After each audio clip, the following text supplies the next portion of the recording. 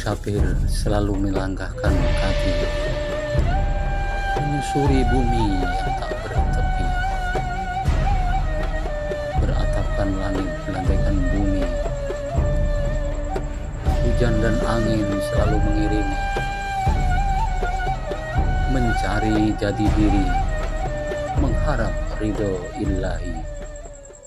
سبيل الدموع سبيل مريح تنهدى يا صاحي كي تستريح.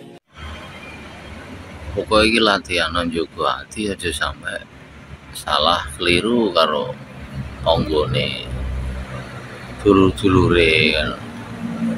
Ya intinya itu jaga hati kita, jangan sampai menyakiti tetangga kita, apalagi kita sampai nggak peduli sama tetangga kita kan gitu. Jadi orang yang rajin sholat belum bisa masuk neraka karena tetangga. Itu orang yang rajin ibadah, orang yang rajin sholat, itu kalau sampai sering-sering menyakiti tetangganya, bisa juga itu jadi saudara. Gitu loh. Ada kisah seorang yang ahli ibadah, namanya Abu Hashim. Hampir 20 tahun dia menjalankan sholat malam di luar sholat wajib. Dia bangun malam bertahajud, bermunajat sama Allah. Pada suatu saat dia didatangi oleh malaikat. Dia kaget, dia bertanya, "Kamu siapa?" "Saya adalah malaikat utusan Allah." Dengan bangganya dia bertanya Abu Hashim, "Apa yang kamu bawa?" Malaikat itu menjawab, "Saya membawa catatan, buku catatan kekasih Allah." Oh ya, dengan senang hati Abu Hashim itu bertanya, "Apakah ada namaku di situ?" Dan dia membanggakan dirinya. Dia yakin bahwa catatan kasih Allah itu ada. Maka dibukalah. Ternyata dia kaget. Dia tidak ada di situ catatannya. Karena dia meyakini bahwa dia itu ahli ibadah. Dia berarti termasuk kekasih Allah. Gitu. Tapi ternyata di situ tidak ada. Dan akhirnya Abu Hashim itu bertanya, "Apa penyebabnya aku masuk neraka?" Ya gara-gara ada tetangganya yang membutuhkan, ada saudaranya yang membutuhkan. Dia sebagai orang yang punya berlebihan, tapi dia tidak memperdulikannya, gitu. Bahkan dia menghinanya, bahkan dia merendahkannya, gitu. Jadi hidup bertetangga, baik dan tetangga itu sangatlah baik. Seandainya kita tidak mau membantu, kita sebagai orang yang mampu, ya kita nggak usah merendahkan, nggak usah menjelek-jelekan. Ada juga seorang wanita yang rajin beribadah, rajin berpuasa, juga akhirnya masuk neraka karena tetangganya. Itu. Karena dia sering menyakiti tetangganya, sering menjelek-jelekan tetangganya, sering menggibah tetangganya. Apalagi seorang perempuan kalau lagi kumpul-kumpul, kadang-kadang terlena dia bahwa gibah itu adalah dosa. Maka dari itu, saudara-saudaraku, berbaiklah sama tetangga kiri kanan, sama saudara-saudara kita.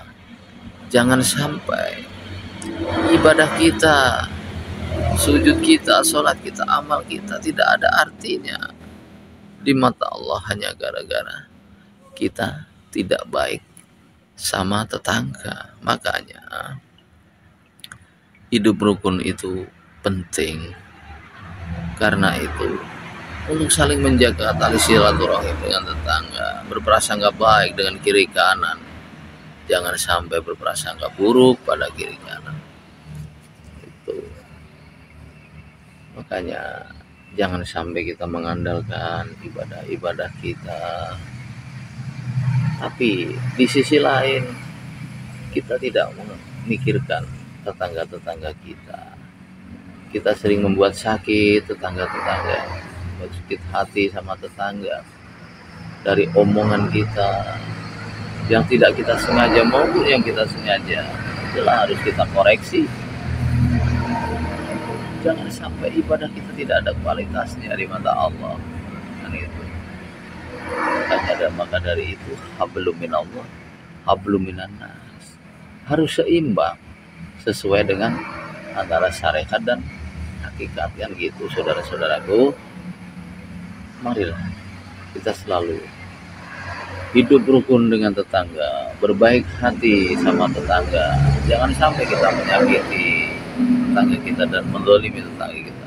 Seandainya kita menzalimi, kita menyakiti, kita harus berusaha meminta maaf, mendoakan tetangga-tetangga yang kita sakiti. Ya Allah, ampunilah dosa-dosa tetanggaku.